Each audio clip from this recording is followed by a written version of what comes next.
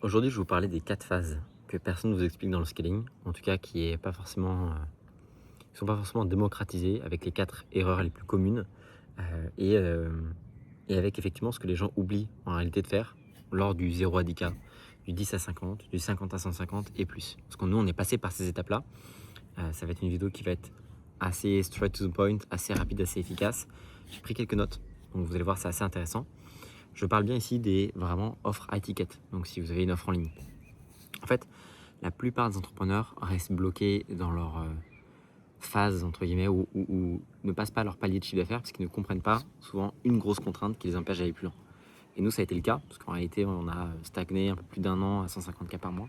On a passé cette barrière-là en septembre dernier et on a passé tout de suite à 200, puis 300K. Et aujourd'hui, on est entre 200 et 300 000 euros de chiffre d'affaires collecté tous les mois avec un profit entre 70 et 80%. Donc, il y a 4 grandes phases. Si vous êtes entre 0 et 10K par mois, vous devez évidemment juste passer à l'action, en réalité, faire plus de travail, en fait, juste bosser et itérer jusqu'à ce que vous trouviez le product market fit. Mais c'est pas effectivement de ça dont on va parler aujourd'hui, parce que moi, c'est pas du tout mon créneau et c'est pas sur ça que je pourrais vous donner des conseils. En tout cas, c'est pas sur ça que je me suis spécialisé. On va commencer par la deuxième phase, qui est la phase de 10 justement à 50K. Ça, j'en parle depuis plus de 3 ans sur ma chaîne YouTube. Ça fait 3 ans que je parle de scaling. Ce qui tue la majorité des business entre 10 et 50K, c'est en réalité pas le manque de positionnement, c'est deux choses. C'est le manque de visibilité, donc c'est l'obscurité, et c'est surtout le manque de clarté. Le manque de clarté, c'est quoi? C'est savoir qu'est-ce qui vous bloque aujourd'hui. Est-ce que c'est vraiment votre offre qui n'est pas product market fit? Est-ce que vous n'arrivez pas à générer assez de leads? Est-ce que c'est l'un plus l'autre? C'est comment est-ce que j'arrive à comprendre mon activité pour que mon avatar achète plus rapidement et plus cher. Et à partir de ce moment-là, une fois que vous avez compris ce détail-là, en tout cas ce détail-là, cette fondation-là, vous devez aller chercher la visibilité auprès des bonnes personnes. Et les personnes qui n'arrivent pas à générer plus que 10-15K par mois n'arrivent pas à se rendre visibles tout simplement auprès de plus de personnes. Il y a un sujet autour de la vente aussi, euh, parce qu'en France, les gens ne savent pas vendre. En tout cas, la majorité des gens pensent savoir vendre parce qu'ils ont pris, je sais pas, 100, 200 appels de vente. Alors qu'en réalité, si vous vraiment vous plongez dans vos appels de vente, vous faites écouter vos appels de vente par des experts, je peux vous assurer que vous seriez très surpris de savoir tous les nombres d'appels que vous pourriez closer. Nous, c'est simple au début de l'écosystème. Donc le premier mois, on a fait 45 000 euros de chiffre d'affaires. Après, donc, le fait que j'ai lâché ma seconde agence, ce qui était intéressant de voir, c'était qu'on envoyait à peu près, tout confondu, 150 messages par jour. Donc à peu près 1000 messages par semaine, 150 x 7. Et on avait un taux de booking en appel de 0,1%. Donc on bookait à peu près 10 appels par semaine. On avait 8 personnes qui se présentaient au call, donc 20% de taux de no-show, 8 personnes sur 10 qui show-upaient. Et sur ces 8 personnes, on arrivait à en closer 2. Et à l'époque, notre offre était à 5K. Et donc on faisait un peu plus de... C'est ça, on avait 9 semaines, on avait dû en closer un de plus. Donc c'était 40K, 45K le premier mois. Et effectivement, donc j'ai essayé de comprendre qu'est-ce qui faisait que les gens n'arrivaient pas à vendre autant. Et c'est juste que ils prenaient pas les personnes les plus qualifiées en call, ils essayaient absolument d'avoir des opt-in et des leads et pas d'avoir des clients. Et ça, c'est une autre erreur que je vois souvent, c'est que les gens essaient d'avoir des leads, ils essayent pas d'avoir des clients. Avoir des personnes en call, tout le monde peut le faire. Si vous promettez un audit gratuit, vous promettez d'avoir un lead magnet durant l'appel ou que vous ne filtrez pas, vous allez avoir plein de personnes qui vont être en détresse et qui vont essayer, en détresse, ou en tout cas d'essayer de résoudre leurs problèmes gratuitement et qui vont venir vous voir en call. Mais est-ce qu'ils vont venir acheter en call? Ça, c'est une autre paire de manches. Donc, il faut vraiment vérifier effectivement lorsque vous êtes entre 10 et 50K que votre cible est la cible qui achète, que vous avez assez de visibilité pour scaler et puis que vous n'êtes pas dans l'obscurité vis-à-vis de votre niche. Ça, c'est la chose. Ensuite, de 50 à 150K, il y a un vrai focus sur ton content et ton équipe. Tu peux plus tout faire tout seul. En réalité, on a beau dire ce qu'on veut, mais entre 10 et 50K, tu peux tout faire tout seul. Juste, tu vas peu dormir, enfin en tout cas beaucoup moins dormir que la moyenne, mais tu peux tout faire toi-même. De 50 à 150, en réalité, il faut avoir beaucoup de constance. Il faut commencer à créer un momentum qui va te permettre de passer la next step si tu veux. Et il va falloir avoir un vrai focus sur ton équipe. Il faut avoir des players, en tout cas un ou deux players dans son équipe. Les players, c'est quoi? C'est les personnes qui sont proactives vis-à-vis de leur formation, vis-à-vis des résultats, vis-à-vis de leurs standards qui se mettent. Et vous allez sentir vraiment les players parce que ça va tirer votre business vers le haut naturellement. Un C-player, il ne comprend pas ce qu'il faut faire. Il faut lui expliquer ce qu'il faut faire, de la manière dont il faut le faire, il faut repasser à lui. Un B-player, vous lui demandez de faire un truc, il va le faire juste bien. Et un player, vous allez lui demander de faire un truc, il va le faire mieux, avec des nouvelles choses, il va vous proposer des améliorations. Donc c'est ça que vous devez aller chercher. C'est des A-players, des A-fucking players. Donc ça, c'est la partie contenu et la partie équipe. La partie équipe, c'est super important de comprendre que dès le départ, les personnes, les collaborateurs avec qui vous allez travailler, c'est des assets, c'est des actifs. Vous allez, je sais pas, payer quelqu'un. Nous, on a plusieurs personnes qui, chez The Ecosystem, sont payées plus de 10 000 euros par mois. On doit avoir, je sais pas, 4-5 personnes qui sont payées plus de 10 000 euros par mois. Enfin, ça dépend des mois, mais dans la majorité des mois, c'est ça. Et donc, effectivement, ces personnes-là, il faut regarder si elles ont un fil rouge à suivre pour aller chercher vos objectifs, si elles ont compris leurs objectifs individuels et leurs objectifs d'équipe. Le recrutement, c'est aligner les égoïsmes.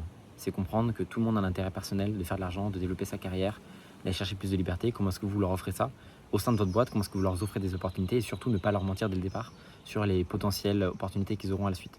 Dès le départ, il faut être très clair sur les expectations que vous allez avoir pour eux. Set the expectation. Déterminer les attentes claires et précises que vous allez leur donner. Si vous n'avez pas d'évolution particulière du job, vous ne donnez pas cette évolution particulière du job. Dans la fiche de poste ou dans la fiche de recrutement, vous ne leur faites pas miroiter cette évolution potentielle du job. C'est super important à comprendre parce qu'en réalité, il y a beaucoup de personnes qui essaient de promettre mondes et merveilles pour avoir des top talents qui au final ne vont pas garder, ils vont avoir beaucoup de taux de churn. Et il n'y a rien de pire que d'avoir du churn dans son équipe parce que ça veut dire reformer les gens, les faire ramp up à nouveau, avoir des nouveaux SOP, des nouveaux process, etc. C'est juste infernal pour l'avoir expérimenté. Donc il vaut mieux avoir des personnes qui sont loyales et qui sont prêtes effectivement à se remettre en question et à bosser très dur avec vous sur du long terme pour aller chercher leurs objectifs. Et c'est pour ça que c'est important aussi de poser beaucoup de questions. Et d'ailleurs, vous le verrez, que ce soit avec des setters, des closers ou des CSM, les très très bons setters, closers, CSM vous poseront autant de questions que vous n'en leur posez à eux parce qu'ils ont des choix. En tout cas, ils ont le choix. Ils ont des possibilités et donc s'ils ne bossent pas pour vous, ils iront bosser vers quelqu'un d'autre. Pourquoi est-ce qu'ils iraient bosser vers vous? Surtout, effectivement, si vous avez des intérêts au pourcentage, ce qui est le plus en plus de cas dans les boîtes. Moi, je vous conseille d'avoir un mix des deux. Ça va dépendre de comment est-ce que vous structurez votre boîte. Il y a des personnes qui font que du fixe, d'autres que du pourcentage. Moi, je vous conseille d'avoir des deux. Et donc, d'avoir une équipe qui prend le relais, ça va vraiment vous permettre de voir plus loin. Et il faut être prêt à sacrifier du profit à ce moment-là. Parce qu'en fait, le profit, ça sert à ça.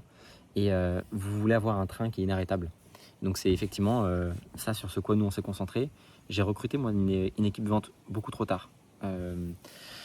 Après, c'était le cas de Cole Gordon aussi aux US, ça a été le cas de Charlie Morgan, mais je l'ai recruté trop tard et j'aurais pu me libérer beaucoup de temps beaucoup plus tôt. Et donc ça, c'est un truc que je regrette typiquement, que j'aurais fait plus tôt. Maintenant, c'est fait et j'ai tiré ma leçon de ça, je sais exactement qu'il faut recruter plus tôt. Au-delà de 150 000 euros par mois, c'est beaucoup de brand awareness, de système. Et en fait, au-delà de 150K par mois, il faut vraiment avoir une image de marque sur le marché. Il faut faire comprendre tes concepts à toi, devenir une référence pour ton mécanisme.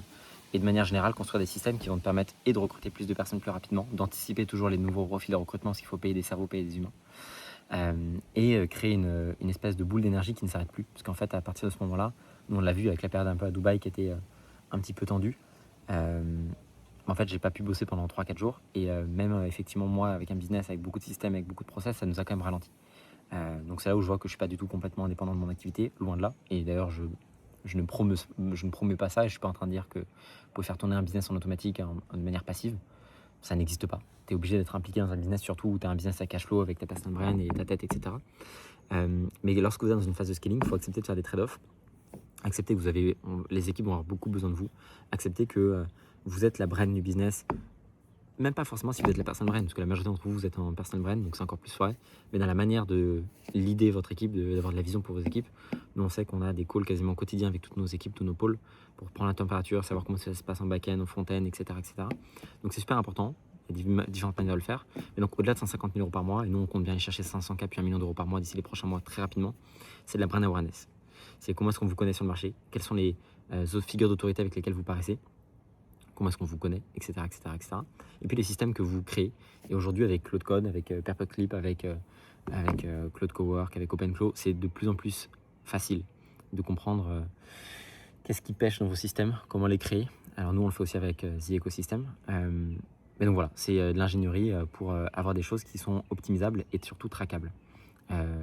Plus vous allez avoir de chiffre d'affaires, plus ça va être difficile d'avoir de la clarté là-dessus. Vous devriez connaître 9 de vos KPI les plus importantes pour aller chercher les prochaines étapes. Et donc voilà, ça c'était effectivement les 4 étapes par lesquelles vous allez passer si vous voulez chercher plus de 200K par mois. Donc voilà. Si vous voulez en savoir plus, je vous invite à suivre mon Instagram qui est directement en bio. C'est là où je donne le plus d'infos. Mon YouTube sur la chaîne principale où je sors des formats plus longs. Et encore une fois, toujours très heureux d'avoir vos retours en commentaire pour savoir exactement si ça vous plaît ou si on continue. J'ai des super retours sur la dernière vidéo, donc ça m'a un petit peu motivé à faire celle-ci. J'ai un peu mal à la ici, je me suis pris un coup, donc c'est pour ça que j'articule moins aujourd'hui. Mais voilà.